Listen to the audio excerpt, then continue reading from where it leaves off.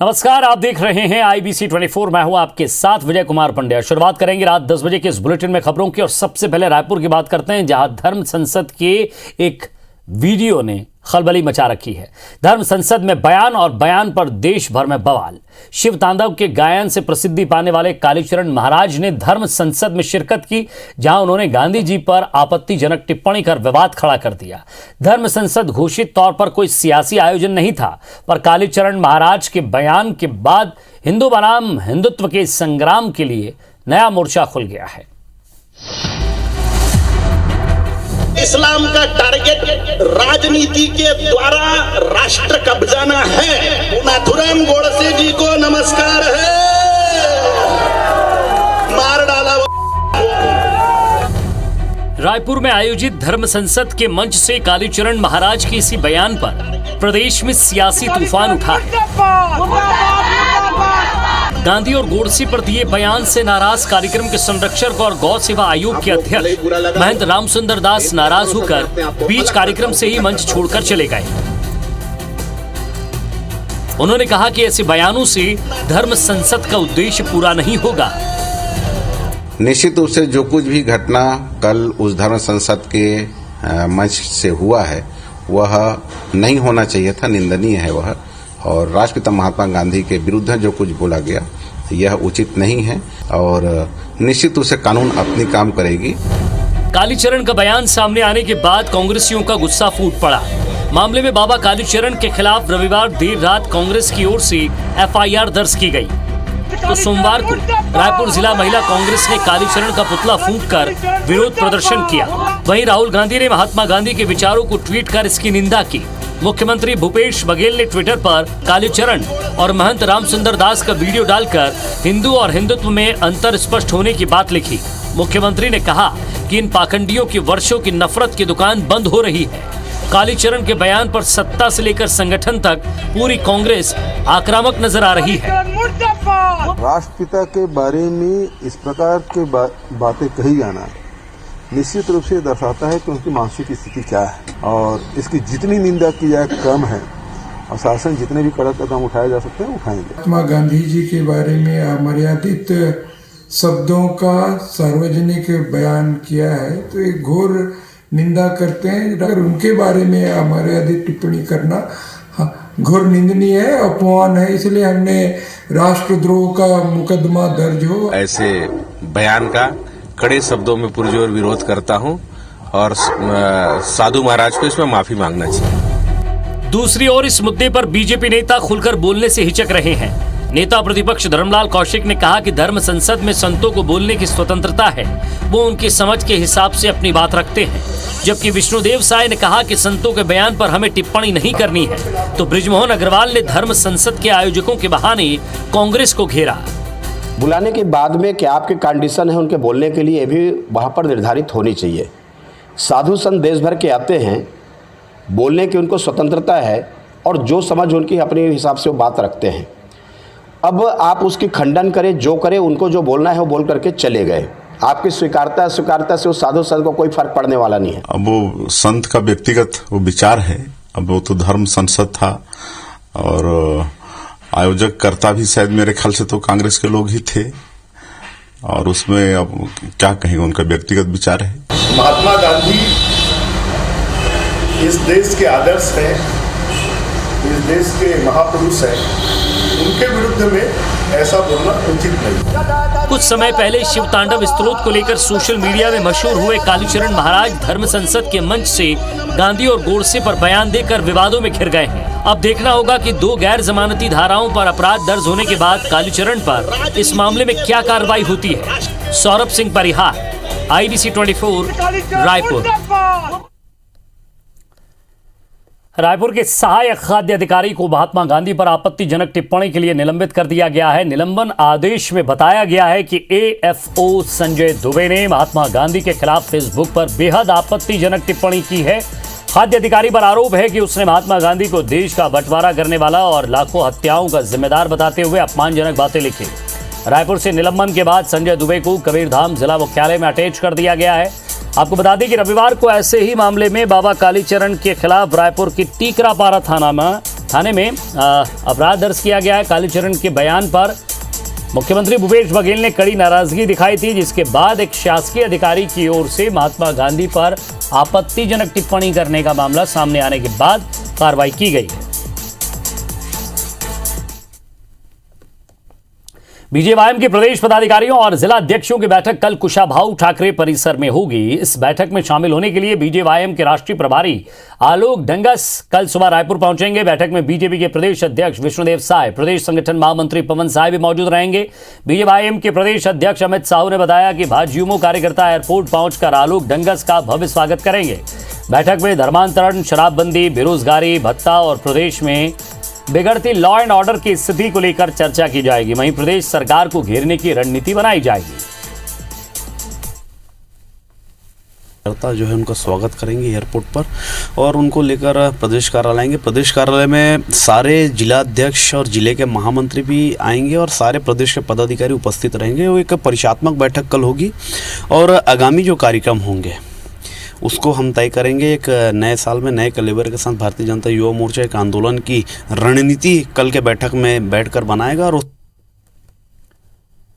और एक बड़ी खबर पेंड्रा से मिल रही है। बसंतपुर रोड निर्माण के दौरान हाईकोर्ट के आदेश की अवमानना का एक मामला सामने आया है। दरअसल पेंड्रा में बिलासपुर को जोड़ने वाली 8 किलोमीटर की पेंड्रा सड़क बसंतपुर रोड का निर्माण पीडब्ल्यूडी विभाग ने अनिल बिल्डकॉन कंपनी को दिया था।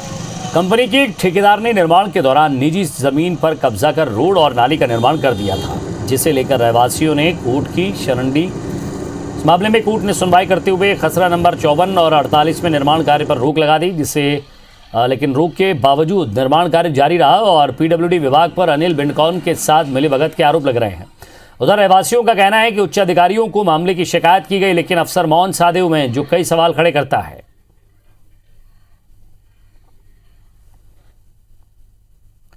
कोरबा में निजी अस्पताल पर बड़ी कार्रवाई करते हुए स्वास्थ्य विभाग ने अस्पताल में स्मार्ट कार्ड का लाइसेंस 3 महीने के लिए सस्पेंड कर दिया है और जुर्माना भी लगाया। आपको बता दें कि कोसाबाड़ी में संचालित अस्पताल गीता देवी मेमोरियल हॉस्पिटल में मरीजों को आयुष्मान भारत योजना के तहत निःशुल्क इलाज करने की बात कहकर भर्ती किया जाता था। बाद में उनसे कार्ड के अलावा नगद राशि भी ली जाती थी। एक ऐसी ही शिकायत के बाद सीएमएचओ ने मामले की जांच कराई। लोरबी में स्कूल शिक्षा विभाग की लापरवाही उजागर हुई है। यहां विभाग ने दिवंगत शिक्षक अरुण गुप्ता का ट्रांसफर कर दिया है, जबकि 23 नवंबर को उनका निधन हो चुका है। दरअसल 23 दिसंबर को स्कूल शिक्षा विभाग ने मुंगेली जिले के विभिन्न स्कूलों में तैनात कुल 32 शिक्षकों का ट्रांसफर किया। इसमें लोरमी के महंत जगन्नाथ दास हाई स्कूल के दिवंगत अरुण गुप्ता का ट्रांसफर शासकीय उच्चतर माध्यमिक विद्यालय डोंगरिया में किया गया है। अब मामला उजागर होने के बाद शिक्षा विभाग के अधिकारियों की भी मान रहे हैं कि गलती हुई है। अरुण गुप्ता की वर्तमान में मृत्यु हो गई है। इसकी जानकारी विभाग को भेज दी जाएगी और उसमें आवश्यक संशोधन करा दी जाएगी। यदि कोई शिक्षक मृत्यु हो जाते तो उसकी जैसे क्या है मृत्यु की सूचना मिलती है विभाग को, तो उसकी जानकारी उच्च कार्यालय को प्रेषित कर दी जाती है। मरवाई के ग्राम सिवनी कन्या माध्यमिक स्कूल की ये तस्वीरें आपको दिखाते हैं, जो बदहाल शिक्षा व्यवस्था की पोल खोल रही है। स्कूल में मूलभूत सुविधाओं का अभाव है। विद्यालय भवन बहुत ही जर्जर हो चुका है। विद्यालय भवन और शौचालय की छत आए दिन यहां गिरती हुई नजर आती है। छात्र जान जोखिम में डालकर पढ़ने को मजबूर है। बालिकाओं का कहना है कि व्यवस्था जर्जर है। गोरेला पेंड्रा मरवाई जिला बनने के बाद करोड़ों रुपए की सौगात देकर क्षेत्र के विकास करने का दावा किया गया था, लेकिन कई क्षेत्रों में छात्रों का भविष्य यहाँ अधर में है। विद्यालय बहुत जर्जर हो चुका है। हमारे सर बरामदे में पढ़ाते हैं, कहीं पेड़ के नीचे पढ़ाते हैं। वो शौचालय है जो उसके छत है, उसके वो छत गिर रहा है और बहुत डर लगता है। हमारे विद्यालय पूरा जर्जर हो गया है और हमको पढ़ने में तकलीफ आता है और हमारे टीचर हमको बरामदे में पढ़ाते हैं पेड़ के नीचे। हम शासन से चाहते हैं कि हमारे शौचालय और स्कूल जल्द से जल्द ठीक हो जाए।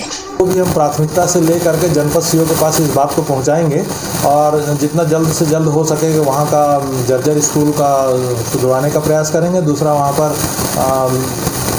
टॉयलेट बाथरूम भी खराब है, उसको भी अपन जो है प्राथमिकता से करवाने का प्रयास करेंगे। एक नजर बिग न्यूज पर।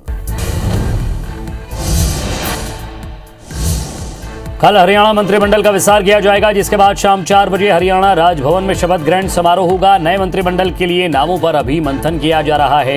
ये जानकारी हरियाणा के मुख्यमंत्री कार्यालय ने दी है।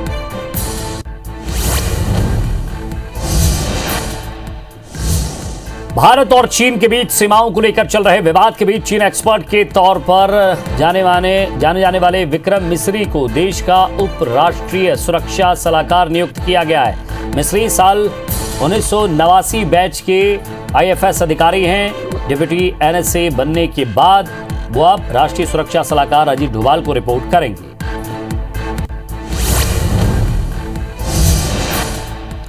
इत्र कारोबारी पीयूष जैन ने स्वीकार किया है कि रिहायशी परिसर में बरामद नकदी बिना GST के माल की बिक्री से जुड़ी है। वहीं कानपुर कोर्ट में सुनवाई के बाद पीयूष जैन को 14 दिन की न्यायिक हिरासत में रखा गया है।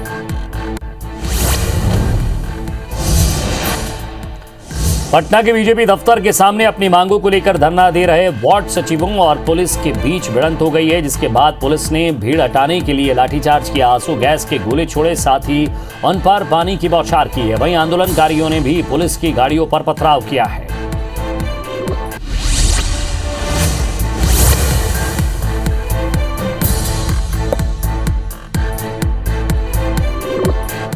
झाबुआ के बहुचर्चित पितलावत ब्लास्ट मामले में झाबुआ सत्र न्यायालय ने एक्सप्लोसिव सप्लायर धर्मेंद्र सिंह राठौर को दोष मुक्त कर दिया है। झाबुआ के विशेष सत्र न्यायाधीश महेंद्र सिंह तोमर ने यह फैसला सुनाया है। आपको बता दें कि 12 सितंबर 2015 को पितलावत में बस स्टैंड पर राजेंद्र कांसवा की दुकान में ब्लास्ट हुआ था, जिसमें 78 लोगों की मौत हो गई थी। इस मामले में राजेंद्र कांसवा के साथ ही एक्सप्लोसिव सप्लायर धर्मेंद्र पिता राम सिंह को आरोपी बनाया गया था। राजेंद्र कांसवा की घटना में मौत हो गई थी। वहीं धर्मेंद्र के खिलाफ ऐसा कोई साक्ष्य नहीं आया जो आरोप सिद्ध कर सके, जिसके बाद कोर्ट ने उसे दोष मुक्त कर दिया है।